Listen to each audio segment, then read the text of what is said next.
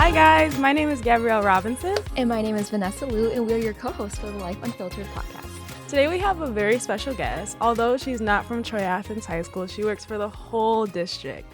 Here is our lady of the hour, Dr. Yancey. Hi ladies. Thank you so much for having me. Hi, thank you for coming on. Yes, and, thank you.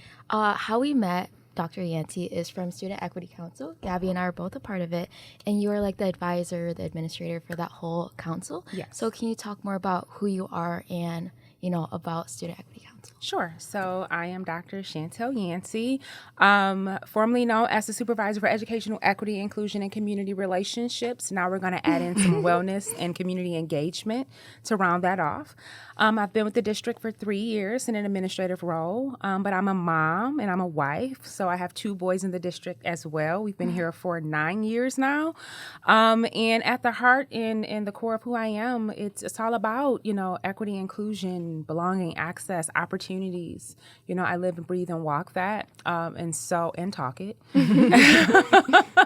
And so I'm really excited to be here to talk about Student Equity Council and some other things. But yeah, it's who I am inside and outside of the profession. So. Wow, that's amazing. Yeah. So what inspired you to create the Student Equity Council, and how did it all begin? So I will say we found each other, okay? So we had this initiative when I came on. The work of equity and inclusion was definitely booming in the buildings. We had like staff members they were a part of the equity committees in their buildings. We had parent equity councils. I served on that before I stepped in the role. So it was a family and community engagement initiative. The piece that was missing, which is the most important piece of this work, were the students, right? Mm-hmm. Putting students at the center and doing this work with them, so partnering. So in 2022, around like the winter time, I was really working on how are we going to recruit students and what would that process look like? And we want to make it inclusive to everyone. Mm-hmm. And a group of juniors actually found me. They came to my office and they were like, Mrs. Yancey, we need to do something about equity and inclusion and include student voice. And I was like, this is fate. This is perfect, right? Mm-hmm. So everything kicked off from there, and it just became this thing where it was a council for students, ran by students. I always say, as both of you know, Gabby and Vanessa, I just sit there. It's like, what do we want to do? Mm-hmm. We use we language. We do things together. What's important. And, it was about improving the everyday experiences and lives of their peers and themselves, advocating for it, making sure that we were putting voice with an agency to create greater change. And so from that 11, it grew to a group of 12, that grew to a group of 20. And now we're just thriving. Here we are in the second full year. And the council is truly been I'll just bring my faith into a blessing to the district, because we do have students at the center now that's helping to move the work of equity and inclusion forward. Yeah, wow, that's amazing. That's amazing, yeah. Can you tell the audience more about Student Equity Council if they aren't familiar with it? Sure. So Student Equity Council is comprised currently of all of our high schools. So that and the way in which it works is that we send out an interest form, and you just share your passions and your interests. And then you come to your first meeting and you figure out if this is a good fit for you, if this works. And if it does, then we start to talk about all of the wonderful things. In year one, we spent the whole year just developing a model. What do we want the council to live into? What will be focal points and areas? And so there was a lot of bringing people together, having an admin meet and greet. It also included having a peer-to-peer meet and greet. And the council looks at things that are important district-wide. They also think about reaching other levels, so middle school and high school, middle school and elementary students as well, thinking about how to be mentors and bringing them up in leadership. Mm-hmm. I will say the council is really a council of leadership, love, and liberation, if I had to kind of give it, and I love alliteration, so I'll do that often. I do too. But it just really speaks to whatever the need, the pressing and emergent and urgent need is, to make sure that all students truly feel like they truly belong in the district. That is where the council spends and focuses its time. They have meetings twice per month. It's a wonderful group, a very diverse group of voices, abilities, capabilities, expertise, and they come together in a space to just create just amazing change. So for those who don't know, you can come check us out on any second Tuesday or fourth Thursday, usually here in the services building around 2:30, 2:45. We would love to have you. Come check us out. But yeah, I think the work that Student Equity Council does is truly amazing. And I personally didn't know about this council until I think mid-senior year. Yeah. And I saw it on Schoology, and then Gabby was telling me more about it. And I was like, wow, this is something I would love to be a part of, because I think it's such an important thing to be a part of and knowledgeable about, and like, you know, spreading diversity and inclusion. And yeah, so I think it's so amazing. Absolutely. It's a space and place for everyone on the council. And we have grown in our reach, right? First, it was just like, you know, word of mouth. Now you can find us on Schoology. You can find us on Instagram. You can find us on TikTok, right? There's so many different ways to find out more about the council. So check out tsd.sec on Instagram and you'll learn more. Yeah. Can you tell us a little bit more about like what the council has done, like the events that we host? Absolutely. So in year one, the one that was really, there was a few that were really impactful. We have the admin meet and greet. And it's this beautiful picture. I look at it often. It's like all of the district administrators from high school. So all of your principals, assistant principals are all in one room just learning about the council, right? They came to learn and then to think about what that connection looked like. And you also had middle school principals there too, because we're thinking about all of secondary. So that was one thing, the meet and greet, to say who we are, where we currently were at the time, and how we wanted to partner. And then we had our peer-to-peer, and that's when we invited others who just wanted to learn more. And it was like an orientation, right? So you get to know everything before you have to commit to it. And they were able to do that. But we've done amazing things. Just this January, we had MLK Day. Yes. This would have been love that. SEC's, the day of service. It would have been actually the third year, I feel like. And the beautiful part about that is always the collaboration and the community. I think in all of the things, SEC centers itself around those things, like bringing people together for greater change. And we were able to assemble hygiene kits, right, to give out to those who needed extra support. And a beautiful video was made around like just bringing community together and building bridges of belonging. Last year, we also participated, and it was with BSU and BSA. So there's always room and opportunity for partnership. We've had podcasts. So last year, we won this beautiful Excellence Award for a podcast where we brought together administrators and students to talk about their lived experiences during Black History Month. Wow. And then I know Sarah recently told us we won a Princeton Prize, right? Yeah. So, and then here both of you are, like, you joined, and I know this is a different platform, right? However, I feel like there's always connection and ties, and that when I talk about the expertise, we're looking at Gabby and Vanessa right here in front of us, and how it's just, you both are assets, and you bring so much to the Student Equity Council because you have just so many layers of what you do, right, to impact greater change. So I thank both of you. And if there's anything I'm missing, I'm trying to go down the list, but you know, ladies, help me out. Well, first of all, thank you so much. Yeah, thank you. That is was so really sweet. kind. Yeah. Yeah.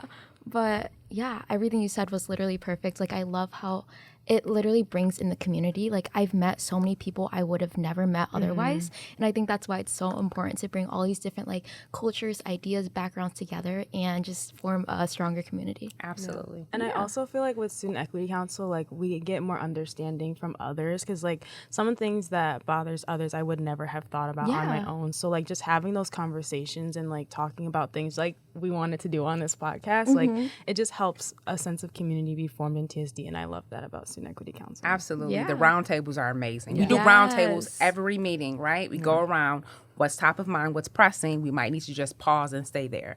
It's important to center those things. Yeah. And I also love like the icebreakers at the beginning where we just get to talk about our week or something on our mind or how we're feeling. And I just love that so much too. Yes. Yeah. So the next question is, what does balance mean to you in your own life, and how do you stay grounded amid all your responsibilities? Oh, okay. So I'm a wife, I'm a mom, I'm a friend, I'm a colleague, I'm a mentor, but at the heart of that, I'm a change maker. And so it really encompasses all of who I am. But I will say there are two things that are important when you're thinking about balance. Self-care. You have to pour into you. I was horrible at that years ago, right? And I set out on this journey to make sure I did something twice a month for me. Whatever it was, I did that. And I really will say mirror work. Also in that self-care, doing a lot of self-reflection on where I am and what do I need, like attending to my own needs, attending to my own healing. I think by me being intentional about doing that, it's really helping to find more balance.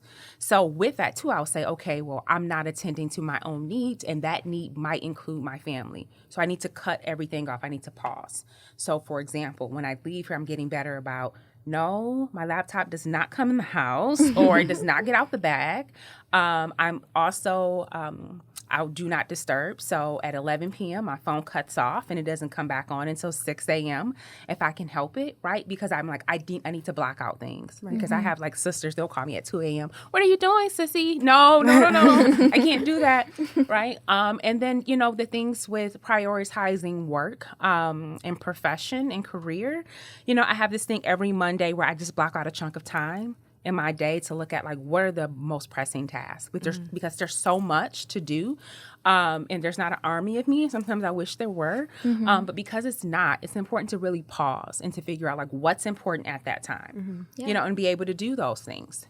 So I will say those two things, definitely self-care and mirror work, but that includes like a lot of pausing and reflecting to figure out what needs to go where and what needs to be removed. It might not be permanent, but just temporarily removed so that you can focus on the things that truly matter at that moment. Yeah, 100%. Yeah. For students who are like going through burnout and having, AP tests coming up and all their extracurriculars, what would you say for them to balance? I will say definitely balance what feels important for them. So I know that we're always chasing this thing called success, right? We're chasing it. Give yourself grace.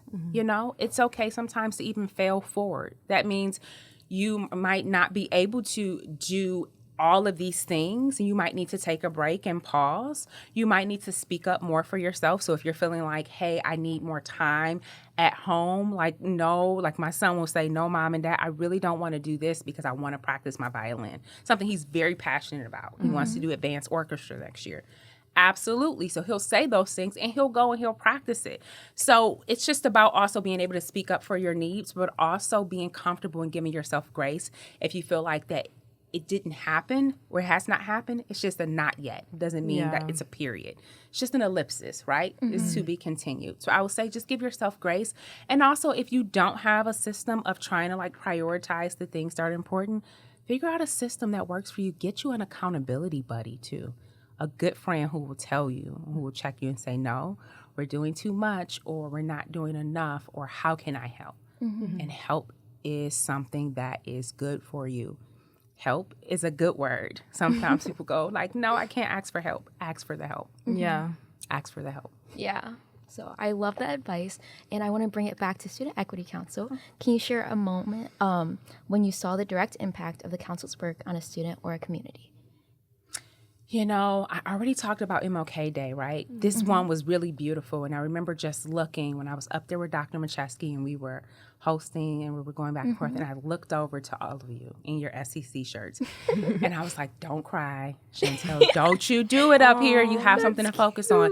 But it was looking at, I thought about like we called them the groundbreakers, like year one. And they were talking about so many things they wanted to do, but a lot of them were seniors. Like, literally, Erica was the only person who remained when we were taking over this year.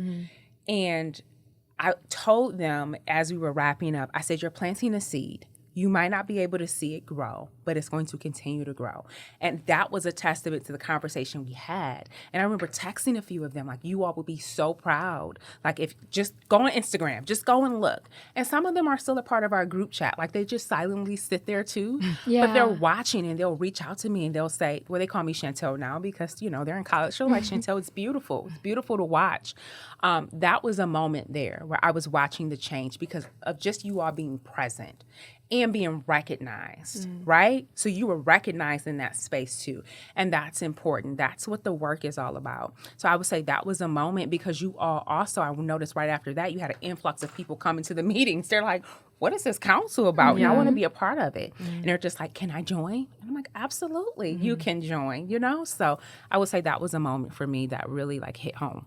Yeah. Wow, that's actually so beautiful. Like, that's so beautiful. Just hearing how people could come together and like the impact that we can make. Yeah. And I really liked what you said about planting the seed. You might not be there to see it like fully sprout, but Yes. we're making an impact. And You are an amazing one. And I just want to say thank you because, like, you don't have to be the advisor for SCC, but you are. And it's not like you're just doing it passively. Like, you have a passion for it and you care about what we say. And it means so much to be a high school student and, like, say your needs and they actually, like, are becoming mad. Like, you know what I mean? Yeah. Like, it 100%. It makes us feel so heard. So we're so thankful for you. Yes. Oh, I'm So thankful for all of grateful. you. I truly believe in living out your life's purpose. I remember being a student and wanting certain things and making a note of how and I would lead when it was my time. And so it truly is something that I live and I breathe. And I just enjoy every moment. It's bucket filling every time we come together. Truly.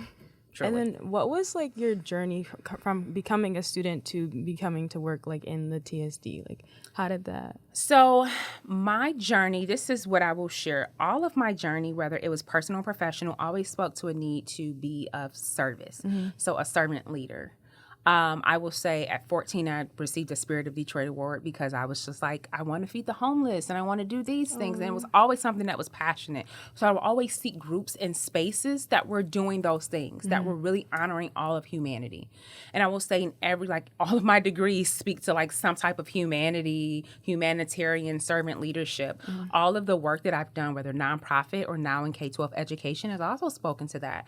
And then the way I live my life, personally, like I am also a chair of or director of an education and youth department in the community. So it's like, it just doesn't stop. Like I literally was at a conference, like presenting to youth this past weekend. It's just literally a part of my life. And I say that journey of just accepting the purpose and the calling, not even knowing that's what it was. I had no idea that that's what was happening. But when I look back and reflect, everything has spoken to some area of servant leadership, community, and greater humanity.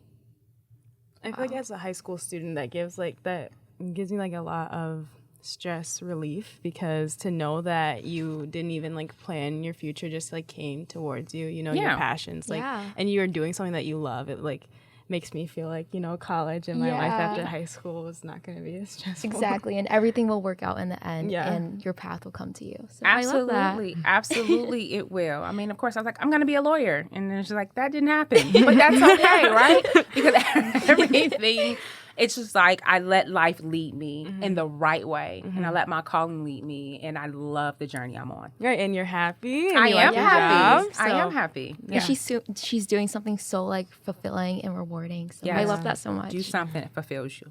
Yeah. Absolutely.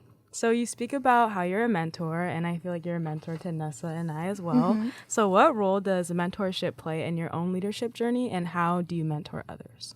So leadership includes, I think, 4 key things: growth and evolution, and adaptability and accountability, right? And so I find my village, and I call it my 4%, wherever I go. I could be at a conference by myself, I'm going to find my 4%. That usually speaks to the people where I'm just like, they have something I need and I have something they need, and we just now need to be family and friends, right? Or I see something just glowing, there's so much light around them. Find your people who will pour into you, who will help you grow and evolve, who will sharpen that iron sharpens iron. You hear that a lot, but also hold your feet to the fire and hold you accountable. And so I feel like that is important on the mentorship journey. I have a mentor in every area of my life. I have an equity coach. Most people probably don't know that. Yeah, I get coaching twice a month, to make sure that I am doing things and doing it well, and I'm evolving in this work. I have a spiritual mentor, right? And someone who helps to encourage me outside of this. I have moms groups and friends groups of those who, support so many things. I have a child who's special needs, so I have a mommy's group for that, and I'm always seeking just different things, nice quotes or affirmation statements, or just centering myself around the good things. I feel like mentorship, it's not always like a person. It could be a place or an environment or a thing. And so I seek mentorship, and that helps me to be a better mentor. Yeah. Right? It helps me to really, and I speak from experience, like lived experiences. I like to be transparent. So mentorship also includes being able to be transparent with people. Like you can't pour something into someone if you haven't done the work first. Right. Right? You know, like I don't want to tell you something and I'm pouring from an empty cup. And you're like, what are you talking about? You don't even understand. You're not doing the work yourself. Right. That's important. And I'm transparent about that work. Like, no, I'm not perfect. And I continue to work at it through mentoring, but also being mentored.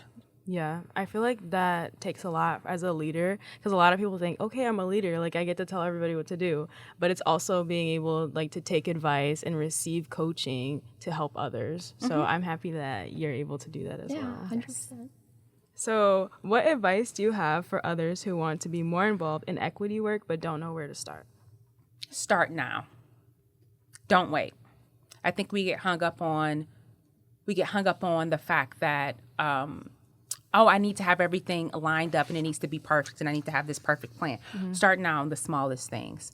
Equity shows up everywhere. It's if you go to the movie and you have the opportunity to have captions or subtitles on the screen. It's being able to have like peanut-free options on a menu, right? It's being able to have supports for curriculum and content for peers. It's as simple as I don't like red or blue, but I love purple.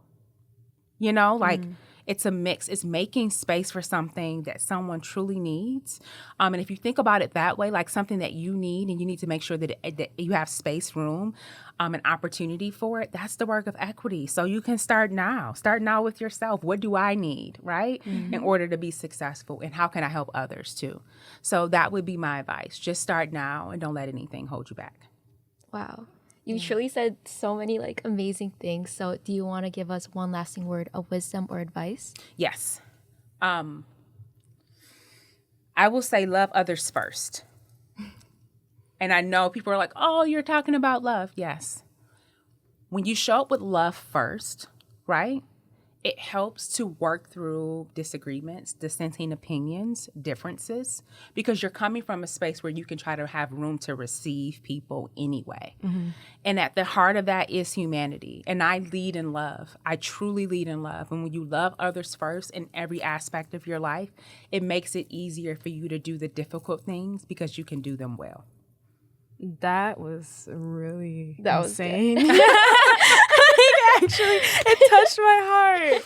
And I know that was technically you're supposed to be wrapping it up, but I do have one more question that I think is very important.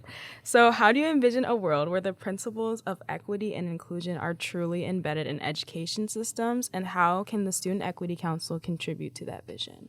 The Student Equity Council needs to keep progressing forward. Like, don't let anything stand in your way. You all are doing amazing things, and you are planting seeds this year that will go on and continue to blossom and bloom. And it needs to be breathe the air we breathe. Like, once we recognize that that's truly what it is, like the work of equity and inclusion, diversity, access, opportunity, belonging is in the air we breathe. It's just saying that I see humanity.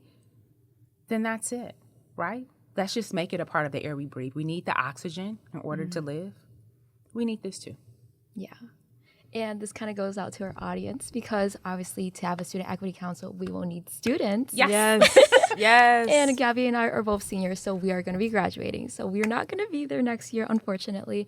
But to continue the work of what you guys do, we need students. So if you guys are interested in being a part of the Student Equity Council, you guys know where to find us, tsc.sec on Instagram and TikTok. So yeah. Thank you so much, ladies. Thank you, Dr. Yancy. You guys know where to find us on Spotify, Instagram, and YouTube at life.unfilteredpod.